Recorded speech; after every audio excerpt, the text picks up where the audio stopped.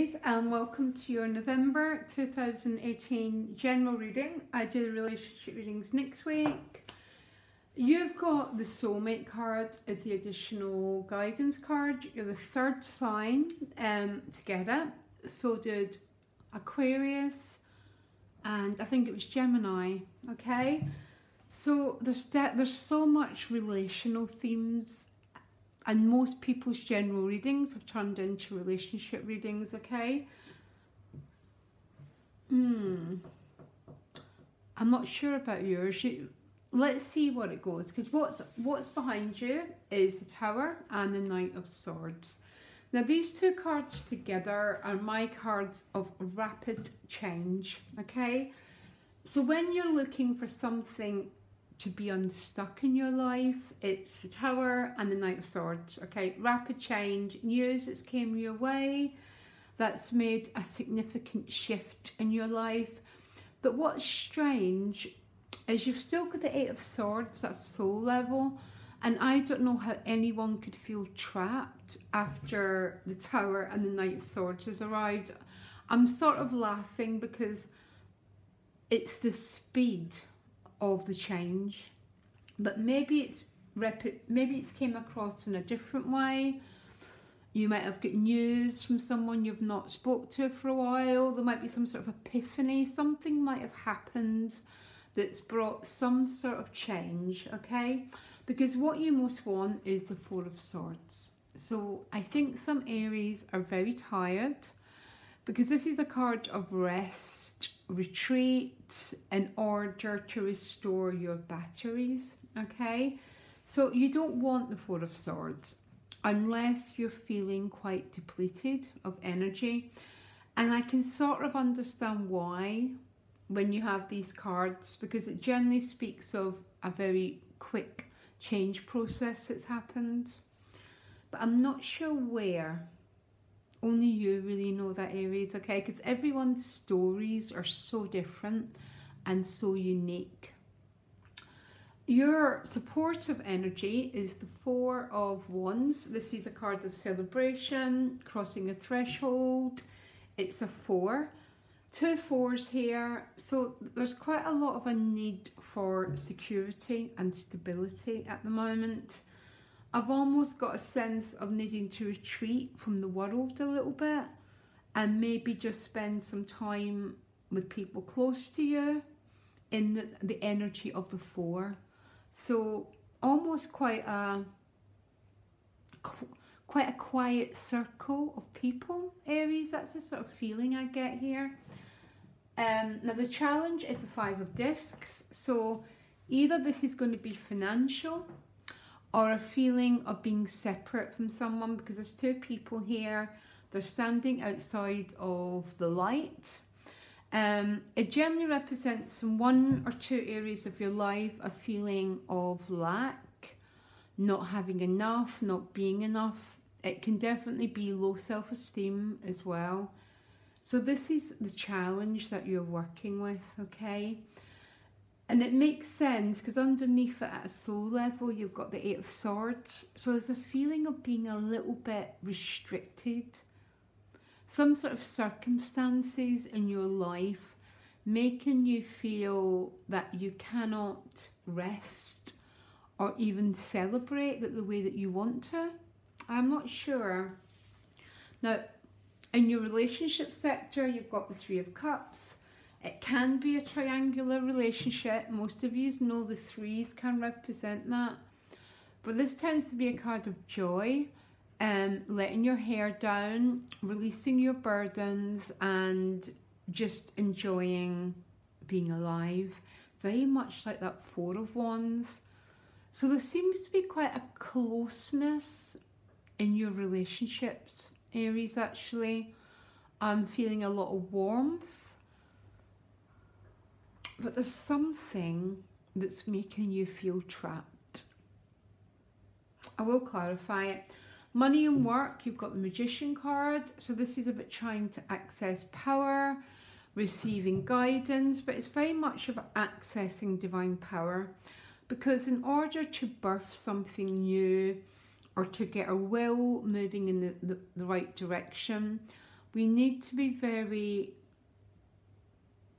very attuned with universal forces, with the energies of creation, because that's what gives us the energy to generate ideas, to have the will and the emotional power to go for it. So there's an awful lot of power at your disposal around work projects, creating new businesses, whatever is exciting you, really, Aries. There's a lot of power there, and I really like it. So what is this circumstance that's making you feel trapped? I'm going to ask the cards, okay? Because there's something, the Eight of Swords at a soul level is feeling that there's circumstances in your life that are preventing you expressing your full power or your full freedom. So I'm asking who or what is giving you this feeling. I think it might be to do with family, because the Ten of Cups has arrived. Some of you might be feeling constricted by an emotional situation. There might be a little bit of issues in the family that are keeping you from your sense of joy. They're making you feel limited. You've got so much good going on here, Aries. The key is always to feel what you're going through, but to keep plugging at the areas that are good for you. And there's something I really like in your relationship world this month. There's something very close, loving and supportive. And it seems to me that is maybe where to put the focus of your energy. You got the outcome, first of all, the Four of Cups, and then the King of Cups, okay? A lot of emotional energy. First of all, the Four of Cups is that strange feeling of very unlike you, Aries, to be this Four of Cups, because it tends to represent too much water and getting a bit bogged down, so feeling quite despondent, maybe because you're a little bit tired. Or this 8 and this 5 is making you feel, because you're receiving an offer and you're just staring at it, this cup. Not sure what to do with it, whether to accept it. You know it's an offer.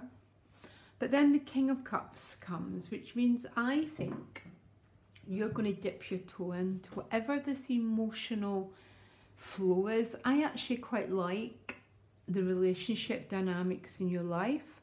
I think some of you do have an issue maybe with family members and feeling a bit disconnected and a little bit trapped. Yeah, the Eight of Cups, Ten of Cups with the Moon card.